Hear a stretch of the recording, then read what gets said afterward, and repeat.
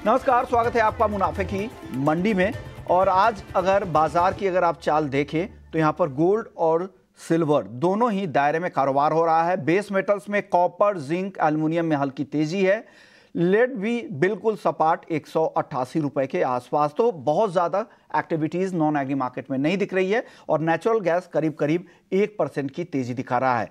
वहीं अगर agri market में बात करें तो एग्री मार्केट में सबसे ज़्यादा रफ्तार जीरे में है, जहां पर 1.25% की तेजी दिख रही है और दबाव सबसे ज्यादा ग्वारसीड ग्वारगम में है, जो गिरावट बढ़ती जा रही है। 1.5% से ज्यादा ग्वारगम और 1.25% तक ग्वारसीड अब टूट चुका है। बाकी एग्री काउंटर दायरे में है।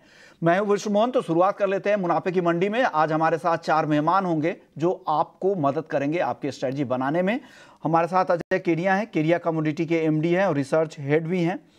साथ ही भाविक पटेल हैं ट्रेडबुल सिक्योरिटीज से और देव्या गगलानी है एक्सिस सिक्योरिटीज से। और आगे किशोर शाह होंगे जो ऊंझा के कारोबारी हैं। उनसे हम हाजिर बाजार में जीरे में क्या हो रहा है, किस तरह के अराइवल्स और डिमांड की स्थिति है घरेलू बाजार में और एक्सपोर्ट की क्या रिपोर्ट है, उस पर उनसे हम चर्चा आगे करेंगे। लेकिन शुरुआत गोल्ड और सिल्वर के साथ कर लेते हैं। हालांकि बाजार दायरे में है, लेकिन जो कुछ अहम डेटा है यूएस में जो इकोनॉमिक्स नंबर्स इस हफ्ते आने वाले, उस पर खास तौर से नजर रहने वाली है। Personal consumption expenditure, core PC के जो नंबर्स आएंगे उस पर खास तौर से नजर रहेगी, क्योंकि फेड की भी इस पर नजर रहती है और उससे आगे का क्या आउटलुक रहता है, फेड का स्टांस कैसे बदलेगा, इस वजह से इस आंकड़े को भी देखना जरूरी है। इसके अलावा यूएस में ही Q1 जीडीपी ग्रोथ के अनुमान, वहां पर स्पेंडिंग, कंज्यूमर स्पेंडिंग, इनकम और बाकी जो ट्रेड बैलेंस के जो डेटा है, इस आंकड़े पर भी नजर रहेगी। और फिर अधिकारियों के भी इस हफ्ते काफ़ी बयान रहेंगे, उस पर भी बाजार नज़र रखेगा। साथ ही इजराइल की तरफ से अभी भी सीज फायर को लेकर किसी भी तरह के संकेत नहीं दिख रहे हैं। हालांकि यूएस की तरफ से तमाम कोशिश है, लेकिन उसके बाद भी सीज फायर को लेकर कुछ भी नहीं हो रहा है। वो पार्शियल सिर्फ सीज फायर के पक्ष में इजराइल है। तो तनाव बने हुए हैं खाड़ी देशों में भी और साथ ही रूस यूक्रेन में भी, यानी पूर्वी यूरोप में भी। इन तनाव के बीच और इन आंकड़ों के बीच में गोल्ड और सिल्वर की चाल आगे कैसी रह सकती है, आज अभी भले ही दायरे में दिख रहा है। केडिया जी बताइए क्या लग रहा है? गोल्ड सबसे पहले बताइए, क्या दायरे में ही रहेगा या कुछ बड़ी एक्टिविटीज की उम्मीद आप कर रहे हैं गोल्ड में? और चांदी में क्या करना चाहिए 89,000 के आसपास? नमस्कार। नमस्कार। डेफिनेटली पिछले हफ्ते तक ऐसा सीन था। थर्सडे हमने देखा था कि काफी अच्छी रैली सोने और चांदी में थी, लेकिन फ्राइडे को जो नंबर्स आए थे यूएस के, जिसके बाद हमने डॉलर इंडेक्स में जबरदस्त तेजी देखी, उसी के रिजल्टेंट हमने शुक्रवार के सेशन में एक बड़ी गिरावट सोने और चांदी दोनों में देखी है। कल मार्केट रिकवर करता हुआ दिखाई दिया, एक सीमित दायरे में ट्रेड कर रहा। आज भी मार्केट साइडवे है। मार्केट में मुझे लगता है ये हफ्ते के जो नंबर्स आएंगे पीसी के, ये आगे की रणनीति बताएगा। बट एक चीज क्लियर है, ईसीबी ने जो रेट कट किया है जून मंथ में, ये एक संकेत है कि सेंट्रल बैंक काफी aggressively rate cut second half में करेंगे, जो कहीं ना कहीं लॉन्ग टर्म के लिए सोने और चांदी दोनों को सपोर्ट करेगा। चांदी में हमने देखा यूएस और चाइना के बीच में जो इंपोर्ट ड्यूटी को लेकर कुछ कंसर्न्स लगे हुए हैं, जहां पे हमने देखा सोलर सेल्स के ऊपर इंपोर्ट ड्यूटी बढ़ा दी गई है, जिसके बाद से ही हम कंटिन्यू चांदी में दबाव भी देख रहे हैं। तो हालांकि मुझे नहीं लगता कोई बड़ा ऐसा इवेंट है आज के लिए। तो शुक्रवार की गिरावट के बाद मार्केट एक कंसोलिडेशन जोन में ही चलता हुआ दिखाई देगा। इसी सबको देखते हुए मुझे लगता है 71,500 के ड्रॉप पे हमको गोल्ड लेना चाहिए। 71,250 का स्टॉप लॉस लगाइए। लिमिटेड है अपसाइड, बट 72,000 तक का लेवल हम गोल्ड में देखेंगे। वहीं अगर चांदी की बात करें तो पूरे बेस मेटल में भी दबाव है, उसी का असर हमने चांदी में भी गिरते हुए देखा है। लेकिन अब गोल्ड सिल्वर रेशियो 80 के ऊपर जा नहीं रही है, यहां से करेक्शन दिखा सकता है। अगर गोल्ड सिल्वर रेशियो में अगर करेक्शन आता है तो कहीं ना कहीं इसका बेनिफिट चांदी को ज्यादा मिलता हुआ दिखाई देगा। उसी को देखते हुए 88,400 के करीब हमें चांदी लेना चाहिए। 87,600 का स्टॉप लॉस रखिए। 89,800 का एक लिमिटेड अपसाइड हम चांदी में भी देख पाएंगे। लिमिटेड अपसाइड 18,800 के टारगेट के लिए यहां पर खरीदारी करने की सलाह केडिया जी की तरफ से। केडिया जी, अगर किसी का थोड़ा लंबा नजरिया है तो वो कहां पे खरीदे और क्या टारगेट आप देख रहे हैं चांदी में? देखिए, चांदी में अभी भी मुझे लगता है कि गोल्ड सिल्वर रेशियो काफी अच्छा बैरोमीटर है, जो हमें लॉन्ग टर्म व्यू बताता है। और आगे जाकर भी हम सोलर पैनल इन सब की जो डिस्कशंस किए भी थे वो कंटिन्यू रखेगा।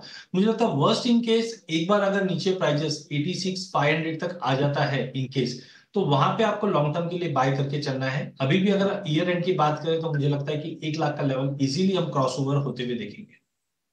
तो ये व्यू चांदी को लेकर आपका है इंट्राडे के लिए भी और आगे थोड़ी मीडियम टर्म पर्सपेक्टिव से भी चांदी की चाल कैसी रह सकती है? आप भाविक जी बताइए, आपको क्या लग रहा है गोल्ड और सिल्वर में? Good morning Vishwaman ji. Good morning. देखिए, गोल्ड और सिल्वर अगर आज के दिन देखें तो ऑफकोर्स एक सीमित दायरे में ट्रेड कर रहा है। कल हमने देखा था कि एक फेड के मेंबर्स जो है उन्होंने भी स्टेटमेंट दिया है कि जब तक आई थिंक इन्फ्लेशन 2% नहीं आता तब तक वो अभी भी रेट कट नहीं कर पाएंगे। तो उसकी वजह से हमने थोड़ा सोना और चांदी में दबाव दिया, बट अभी भी अगर सोने देखें तो काफ़ी रिसिलियंट है। हॉकिश फेड के जो स्टेटमेंट्स आते हैं उसके बावजूद भी अभी भी 2400 के ऊपर टिका हुआ, सॉरी 2300 के ऊपर टिका हुआ। मुझे लग रहा है कि आई थिंक जब तक नीचे 70,000 के नीचे नहीं जाता एमसीएक्स में तब तक आई थिंक बार डिप्स की स्ट्रेटेजी रखनी चाहिए। चांदी की बात करें तो चांदी हमने जून से देखा है कि 90,000 के एक अच्छा सपोर्ट बन के आ रहा है कि जहाँ पे 90 के नीचे भी जाता है तो क्लोजिंग उसके ऊर देखिए। और क्योंकि अभी ये सपोर्ट के नज़दीक है तो आई थिंक बार डिप्स की रणनीति रखनी चाहिए। सोने में अभी भी आई थिंक मुझे आज के दिन थोड़ा अवॉइड रखने जैसा लग रहा है क्योंकि कोई ट्रिगर है नहीं। पर चांदी में आई थिंक क्योंकि ये सपोर्ट के नजदीक है तो 90,700 के करीब बाय कर सकते हैं 91,500 के टारगेट के लिए। और इंट्राडे स्टॉप लॉस रख सकते हैं 90,200 का। ओके, 90,200 के स्टॉप लॉस के साथ चांदी खरीदे 91,500 के टारगेट के लिए। ये भाभी की सलाह यहाँ पर है। दिव्या, आप बताइए आपकी राय क्या है गोल्ड और सिल्वर में, क्या कॉल्स है? गुड मॉर्निंग विश्वमोहन जी। अगर मैं गोल्ड की मैं बात करूं तो पिछले एक महीने से एक दायरे में कारोबार कर रहा है 71,000 से लेकर 72,600 तक। रिसेंटली जो भी इकोनॉमिक डेटा आया हुआ है प्राइजेस के लिए वो मिक्स आए हुए हैं। उसके वजह से प्राइस को एक डायरेक्शन मिल नहीं रहा है कि भाई ऊपर जाए कि नीचे जाए। और एज ऑफ नाउ जो भी डॉलर इंडेक्स में जो थोड़ी सी कल प्रॉफिट बुकिंग देखने मिली है वो प्राइस को लोअर लेवल सपोर्ट करेंगे। जैसे कि अब डिस्कशन हुआ कि ये वीक काफी डेटा हैवी वीक है, तो एक्सपेक्टेशन है कि जो प्राइजेस है वो वॉलेटाइल रहेंगे। तो मेरा एडवाइस ये रहेगा कि ये वीक के लिए इन्वेस्टर को इंट्राडे ही ट्रेड करना चाहिए, क्योंकि कैप अप और कैप डाउन कुछ भी अगर होता है तो उससे एक सेफ्टी मिलेगी। इंट्राडे के लिए बार डिप्स का व्यू रखे 71,500 के अराउंड जो गोल्ड है वो बाय करके चले। स्टॉप लॉस हम 71,300 का रखे और टारगेट ऊपर में 71,750 का मेंटेन करके चले। चांदी में बात करो तो चांदी एक सेलिंग प्रेशर में because of the industrial metal में जो हमें सेल ऑफ देखने मिला हुआ है। और साथ ही साथ यूएसए ने जो भी ड्यूटी इम्प्लीमेंट की है सोलर एक्सपोर्ट्स पे और सोलर इंडस्ट्री के ऊपर, तो उसके वजह से वो सेक्टर्स में जो इन्वेस्टमेंट एज ऑफ नाउ कम हो जाएगा, जिसका हमें इम्पैक्ट चांदी के प्राइस पे देखने मिलेगा। और चार्ट स्ट्रक्चर पे हम चांदी का देखें तो थोड़ा सा नेगेटिव दिख रहा है एज कंपेरिजन टू गोल्ड। तो चांदी हम सेल ऑन राइज कर सकते हैं 89,500 के करीब। स्टॉप लॉस हम 90,000 का रखे और टारगेट नीचे में 88,900 का मेंटेन करके चले। तो ये व्यू आपकी है गोल्ड और सिल्वर को लेकर। लेकिन चलिए अब कच्चे तेल की बात कर लेते हैं। कच्चे तेल को देखें तो करीब 2 महीने की ऊंचाई पर कच्चा तेल है। ब्रेंट क्रूड का भाव $86 के ऊपर अब पहुंच चुका है और MCX क्रूड 6,800 रुपये के करीब यहाँ पर है। हालांकि आज बहुत ही सीमित दायरे में कारोबार हो रहा है, लेकिन लगातार जो फंडामेंटल्स है ज़्यादातर तेज़ी के है, चाहे वो पूर्वी यूरोप और खाड़ी देशों का तनाव है, रूस के 30 से ज़्यादा ऑयल प्रोसेसिंग स्टोरेज सेंटर पर ड्रोन से अटैक यूक्रेन की तरफ से किए गए। यूक्रेन की तरफ से ये बयान भी आया है और साथ ही यूरोपियन यूनियन ने रूसी तेल भेजने वाले 2 दर्जन से अधिक वेसल्स पे जहाज पर प्रतिबंध लगा दिया है। रूस के LNG शिपमेंट पर भी यूरोपियन यूनियन की पाबंदी है। तो ये तमाम ऐसे फैक्टर्स है जो क्रूड की कीमतों को सपोर्ट कर सकते हैं। इजराइल हमास युद्ध कम होने के कोई संकेत अब तक तो नहीं दिख रहे हैं। तो ये सारे फैक्टर सपोर्टिव है। एकमात्र फैक्टर जो यहाँ पर बाजार पर दबाव बना रहा है वो डिमांड को लेकर चिंता है, क्योंकि अनसर्टेनिटी अभी भी चाइना को लेकर है कि वहाँ इकोनॉमी में किस तरह की रिकवरी हो रही है, वो एक चिंता सिर्फ है। अदरवाइज ज़्यादातर फैक्टर्स यहाँ पे क्रूड को सपोर्ट कर रहे हैं और वही भाव को यहाँ पर ड्राइव कर रहे हैं। केडिया जी, क्या लग रहा है अब आपको इतनी तेजी के बाद क्या और आगे कच्चा तेल बढ़ सकता है क्या? देखिए, ज्यादा करके हम देख रहे हैं कि 85-86 डॉलर के करीब जब भी ब्रेंट आता है तो करेक्शन ले लेता है। जैसे कि डिमांड कंसर्न आपने बताया वो कंटिन्यू है, लेकिन इसके विपरीत अगर हम रशिया यूक्रेन बात करें वो भी प्राइसेस को सपोर्ट कर रहा है। इजराइल हमास की बात करें वो भी सपोर्ट कर रहा है। इनफैक्ट यूएस में समर ड्राइविंग सीजन स्टार्ट हो चुका है तो वहां पे भी डिमांड में इंप्रूवमेंट है। तो मुझे लगता है कि डाउन साइड बहुत लिमिटेड दिखाई दे रहा है। टेक्निकली थोड़ा बहुत पुल बैक जो भी मिले 67-60 के लिए वो एक बेहतरीन मौका रहेगा लेने के लिए। इमीडिएट टारगेट तो 6,880 का है, बट मुझे लगता है कि अगर ये इवेंट कंटिन्यू ये हफ्ते में चला तो जल्द हम 7,000 का लेवल भी कच्चे तेल पे देख पाएंगे डोमेस्टिक मार्केट पे। तो ओवरऑल मुझे काउंटर काफी स्ट्रांग लग रहा है।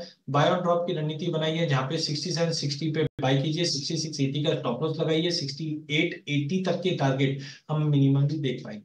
ओके, यानी आपको लग रहा है कि अभी भी यहाँ पे मजबूती है, यहाँ से 50-60 रुपए और गिरे एमसीएक्स पर तो फ्यूचर्स में आप खरीद सकते हैं। आप बताइए दिव्या, आपको क्या लग रहा है कच्चे तेल में किस तरह की चाल आगे दिख रही है आपको? कच्चे तेल में आपने जो भी फैक्टर्स डिस्कस किए कि एक तरफ से मिडल ईस्ट में कंसर्न है, साथ ही साथ रशिया और यूक्रेन का जो वॉर चल रहा है, तो प्राइजेस को जो सपोर्ट मिल रहा है। जैसे कि केड़ा जी ने डिस्कस किया कि समर डिमांड जो यूएसए में है तो वो भी प्राइजेस सपोर्ट कर रही है। तो एज ऑफ नाउ जो भी न्यूज फ्लो आ रहे हैं प्राइजेस के लिए वो पॉजिटिव ही है। तो जो भी करेक्शन आता है प्राइजेस में वो बाय करके चल सकते हैं हम। 6,800 का जो कॉल ऑप्शन है वो 150 के अराउंड बाय करके चले, स्टॉप लॉस हम 130 का रखें और टारगेट ऊपर में 180 का मेंटेन करके चले। 6,800 के स्ट्राइक की कॉल खरीदने की सलाह दे रहे हैं, 150 के आसपास 180 जा सकते हैं। नहीं, आपको भी लग रहा है कि मार्केट यहाँ से और तेज हो सकता है? भाविक, आप भी सहमत हैं? जी जरूर सर। देखिए, जैसे आपने बताया सारे फैक्टर्स अगर देखें तो पॉजिटिव है। आई थिंक दो फैक्टर्स ये जो थोड़े नेगेटिव है। एक तो क्रूड की डिमांड, हमने एशियन मार्केट के रिफाइनरीज के मार्जिन देखे वो कम हो रहे हैं, दैट मीन्स कि डिमांड कम है। और दूसरी ये भी एक थोड़ा कंसर्न है कि यूएस में ड्राइविंग सीजन स्टार्ट हो गई है, बट जो लास्ट ईयर के कंपेरेटिवली अपटिक आना चाहिए वो नहीं है।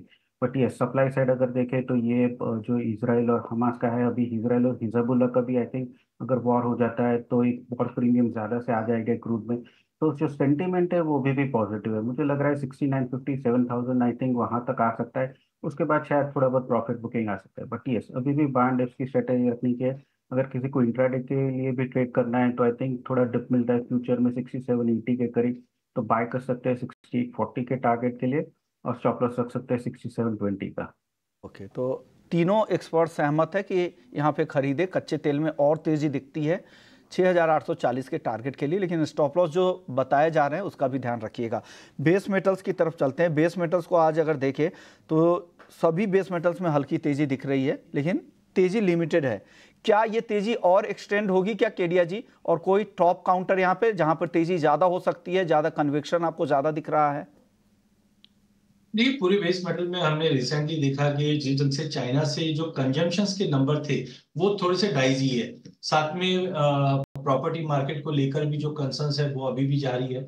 कॉन्ट्रैक्शन हमने जून मंथ के नंबर्स में जरूर देखे थे, बट ऑटोमोबाइल इंडस्ट्री में रिसेंटली हमने देखा कुछ प्राइस कट्स हुए हैं चाइना में, जिसका रिफ्लेक्शन अभी हम जून के नंबर्स में आते हुए देखेंगे। तो कुल मिला के मार्केट साइड में है, लेकिन हाँ, जैसे आपने बोला कि पूरे काउंटर में कन्विक्शन मुझे एल्यूमिनियम में नजर आ रहा है, बिकॉज काफी नए बैंकर्स ने नई रिपोर्ट जो जारी की है जहां पे $3,000 के टारगेट की भी बात की जा रही है एल्यूमिनियम में, जिस ढंग से हम देख रहे हैं कि कंजम्पशंस बढ़ रहे हैं। तो कुल मिला के out of all metal aluminium काफी स्ट्रांग दिखाई दे रहा है। बट आज डे पॉइंट ऑफ व्यू से 846 के करीब कॉपर को लेके चलिए, 842 का स्टॉप लॉस रखिए, 854 तक का टारगेट रहेगा। जिंक के अंदर भी हम मिला जुला ट्रेड ही देखेंगे, जहां पे 256 पे लिया जा सकता है 262 के लिए। लेकिन एल्यूमिनियम शॉर्ट टर्म और लॉन्ग टर्म के लिए मुझे ये काउंटर करंट लेवल से बहुत अच्छा लगता है। 228 पे लीजिए, 226 का स्टॉप लॉस लगाइए, 232 का इमीडिएट टारगेट है। बट ध्यान रखिए, अगर वीकली बेस पे अगर 232 के ऊपर की क्लोजिंग आ जाती है तो जल्द हम काउंटर को फिर से 240 से 250 के जोन पे भी जाते हुए देख पाएंगे। एल्युमिनियम आपको ज़्यादा पसंद आ रहा है, 232 तक जा सकता है। हालांकि जिंक भी आपकी खरीदारी की सलाह है। एल्युमिनियम सुबह में भी 10 बजे के शो में भी रवि देवरा भी बता रहे थे कि एल्युमिनियम खरीदारी की सलाह दे रहे थे, और यहाँ पे केडिया जी ने भी उस पर मोहर लगाई है। आप बताइए दिव्या, आपको क्या पसंद है? कहाँ लग रहा है कि ज़्यादा दम है, आज खरीदना चाहिए, तेजी यहाँ से बढ़ सकती है दिन के दौरान? डॉलर इंडेक्स में जो हमें नरमी देखने मिली है तो उसका सपोर्ट हमें लग रहा है कि बेस में भी देखने मिलेगा लोअर लेवल पे। और साथ ही साथ ये वीक में जो कोर पीसी के नंबर्स आने वाले हैं तो एक्सपेक्टेशन है कि कूल डाउन होंगे, तो उसके वजह से जो रेट का जो एक्सपेक्टेशन है वो बढ़ जाएगा, तो वो भी प्राइस को सपोर्ट कर सकते हैं। तो और एक्सपेक्टेशन के साथ ही साथ जो बहुत इश्यूज चल रहे हैं चाइनीज इकोनॉमी में, तो स्टिमुलस का भी अनाउंसमेंट पॉसिबल है। तो ये सारे फैक्टर्स लग रहा है कि लोअर लेवल पे अभी सपोर्ट दे सकते हैं, क्योंकि करेक्शन भी अच्छा खासा आ चुका है हायर लेवल से। तो कॉपर जो है हम बाय करके चल सकते हैं इंट्राडे में 846 के अराउंड। स्टॉप लॉस हम 842 का रखे और टारगेट ऊपर में 851 का मेंटेन करके चले। और जिंक भी काफी अच्छा दिख रहा है, 256 के अराउंड बाय कर सकते हैं स्टॉप लॉस हम 254.80 का रखे और टारगेट ऊपर में 257.50 का मेंटेन करके चले। ओके, यानी कॉपर जिंक ये दोनों आपको पसंद यहाँ पे आ रहा है, दोनों खरीदारी की सलाह दिव्या की तरफ से। भाविक, आप क्या पसंद कर रहे हैं, क्या खरीदेंगे आज, और जहां पर आपको लग रहा है कि नहीं ये चलेगा आज, यहाँ पे और तेजी की गुंजाइश दिख रही है? जिंक अच्छा लग रहा है। देखिए जिंक की अगर इन्वेंट्री भी देखे एलएमई में तो 3 महीने के नीचे स्तर पर है। और आगे जाके भी अगर देखे तो आई थिंक डिमांड जो है वो थोड़ी आ सकती है। आई थिंक कॉपर और एलएमई में मुझे लग रहा है थोड़ा बहुत साइडवेज हो सकता है, बट काफी हमने देखा है कि लास्ट वीक से जो जिंक है उसके फंडामेंटल स्ट्रांग है, उसके प्राइस एक्शन भी देखे तो 250 के नीचे सस्टेन नहीं कर पा रहा है। एक अच्छा बेस भी बन चुका है, तो मुझे लग रहा है कि जिंक ज्यादातर आई थिंक मेरी प्रेफर्ड टॉपिक रहेगी। तो 257.50 पे बाय कर सकते हैं 260 के टारगेट के लिए, और इंट्राडे स्टॉप लॉस रख सकते हैं 255 का। 55 के स्टॉप लॉस के साथ जिंक खरीदे 257.40 पे, करेंट भाव के बिल्कुल करीब है, अभी भी आप खरीद सकते हैं अगर भाविक को आप फॉलो करते हैं। 260 के टारगेट के लिए स्टॉप लॉस भी है 255 का, उससे भी जरूर प्लेस कीजिएगा। कर लेते हैं मसालों की। मसालों में आज हल्दी हालांकि शुरुआती तेजी के बाद अब दबाव दिख रहा है, यहाँ पर 17,000 तक अब हल्दी फिसल कर आ चुकी है, 1% की गिरावट थी। सुबह में 17,200 के ऊपर भाव दिख रहा था। धनिया सपाट बिल्कुल अब 7,350, हल्की तेजी थी वो भी अब यहाँ पर भी गायब हो रही है। और जीरे की भी तेजी अब कम हुई है, 30,000 के बेहद करीब जीरा दिख रहा था जुलाई का वायदा, अब 29,750 पे है। हमारे साथ किशोर शाह हैं, ऊंझा में जीरे के कारोबारी है। बताइए किशोर जी, क्या हो रहा है जीरे में, डिमांड सप्लाई की क्या स्थिति है, क्या रिपोर्ट दे रहे हैं आप? तो नमस्कार विश्वमोहन जी। नमस्कार सर। डिमांड सप्लाई की बात है, हाँ डिमांड सप्लाई की जहाँ तक बात है तो सप्लाई तो अच्छी बनी हुई है। किसानों जून महीने के अंदर किसानों का जो माल आ रहा है वो अच्छी तरह से आ रहा है, क्योंकि अप्रैल के अंदर माल कम आएगा भाव नीचे होने की वजह से। अभी भाव अच्छे बने हैं तो किसानों को अच्छा पैसा मिल रहा है, तो किसानों की थोड़ी आवक बढ़ी है। लेकिन मेन जो तेजी का कारण है वो सप्लाई का नहीं है, मेन तेजी का कारण है कि जो फॉरेन की जो फसलें आने वाली थी, जो चाइना की है, टर्की की, वहाँ के भाव बढ़े हैं। वहाँ की फसलें कुछ भी गड़बड़ है ऐसा सुनने में आ रहा है। तो वहाँ भाव बढ़ने के हिसाब से थोड़ा चाइना वाला एक्सपोर्ट अभी देखो लास्ट 3-4 दिन के अंदर कम से कम 30 से 40 कंटेनर लेके गया वो। उसकी वजह के हिसाब से ही ये भाव बढ़ा है। और आने वाले समय में ये लगता है कि वहाँ का जो माल पहले ये सोच रहे थे कि भाई चाइना है, टर्की है, सीरिया, वहाँ से अपना माल इम्पोर्ट होगा, वो भी इम्पोर्ट होने वाला नहीं है। इंडिया का भाव नीचा है, इंडिया का जो भाव नीचे होने की वजह से यहाँ से एक्सपोर्ट जाएगा। आने वाले फ्यूचर के अंदर तेजी बनी रहेगी और यहाँ से भी अच्छी तेजी बन सकती है सर। ओके, कितनी तेजी, अच्छी तेजी सर, कि उसको अगर कन्वर्ट करें कितनी तेजी में तो क्या कहेंगे आप? पहले भी आपके हाँ सर, पहले भी मैंने आपके प्लेटफॉर्म बताया था कि 30 अगस्त तक गिरा एक बार 3 से 40-50 आ सकता है। तो वो मेरा ध्यान अभी भी है कि अभी धीरे बनेगी तेजी, एक साथ में नहीं बनेगी, लेकिन 30-40 रुपए की तेजी लगती है सर ये देखो। और सर ये अराइवल्स बारिश में आमतौर पे कम हो जाते हैं, आप कह रहे हैं कि किसान काफी माल ला रहे हैं, तो हाँ, क्या ये कंटिन्यू होगा या अराइवल धीरे धीरे कम होंगे यहाँ पे? इतनी बारिश नहीं हुई है जहाँ जीरा जैसे बाड़मेर हो गया, जैसलमेर हो गया, फलोदी बेल्ट हो गया, नागौर मेडा, वहाँ इतनी बारिश से बनी नहीं है। और दूसरा क्या होता है कि अभी जैसे किसानों को भी पैसे की जरूरत होती है, भीड़ लगती है अभी जैसे बारिश की मौसम की वजह से, तो उसके साथ थोड़ी बिकवाली रहती है। 15-20 दिन रहेगी, इसके बाद बिकवाली कम हो जाएगी और वहाँ से एक मोमेंटम बनेगा क्योंकि डिमांड बनी रहेगी। आगे डिमांड आने वाली अच्छी सुधर सकती है, तो वहाँ एक तेजी बन सकती है सर। ओके, चलिए अच्छी बात है। धनिया में बताइए सर, धनिया काफी समय से दायरे में है, क्या उम्मीद कर रहे हैं आप लोग? धनिया में भी बजा पड़ा है, लेकिन अभी क्या अभी डिमांड निकलेगी, जैसे बारिश होने के बाद एक डिमांड आएगी जो आपको दिवाली तक डिमांड रहेगी, तो वहाँ भी 3-4 या 5-7 रुपए का बन सकता है। ज्यादा मंदी का ध्यान नहीं है, लेकिन लंबी तेजी का भी ध्यान नहीं है सर। उन्हें बड़ी तेजी यहाँ पर नहीं दिख रही है आपको, और गिरावट भी ज्यादा नहीं है, तो एक दायरे में जिस तरह से चल रहा है उसी दायरे में थोड़े बहुत दाम और आगे ऊपर बढ़ सकते हैं। शुक्रिया सर, आपने वक्त दिया। केडिया जी, आप बताइए क्या आपको क्या लग रहा है, धनिया और जीरा इन दोनों काउंटर पर आपका नजरिया क्या है, आप लोगों की एनालिसिस क्या कह रही है? देखिए, जीरे में मैंने पहले भी कहा था कि जो चाइना की क्रॉप को लेकर जो हवा बनी हुई थी वैसा लग नहीं रहा है, लेकिन अभी डैमेजेस की न्यूज आई है जो सपोर्ट कर रही है। बट मुझे अभी भी लगता है कि 30-500 एक इंपॉर्टेंट हर्डल रहेगा, क्योंकि डोमेस्टिक मार्केट में भी इस बार क्रॉप काफी अच्छी है। ग्लोबल मार्केट में भी हम देखते हैं तो क्रॉप ठीक ठाक ही रहेगी, आगे भी सप्लाई अच्छी रहेगी कहने का मतलब है। तो मुझे नहीं लगता कि कोई बड़ा फ्री फॉल जैसी सिचुएशन मार्केट में रहेगी, मार्केट दायरे में ही रहेगी। 2 दिन की तेजी के बाद थोड़ा बहुत प्रॉफिट बुकिंग जरूर है, जिसमें मुझे लगता है जीरा थोड़ा सा एक नेगेटिव दिखा जरूर रहा है।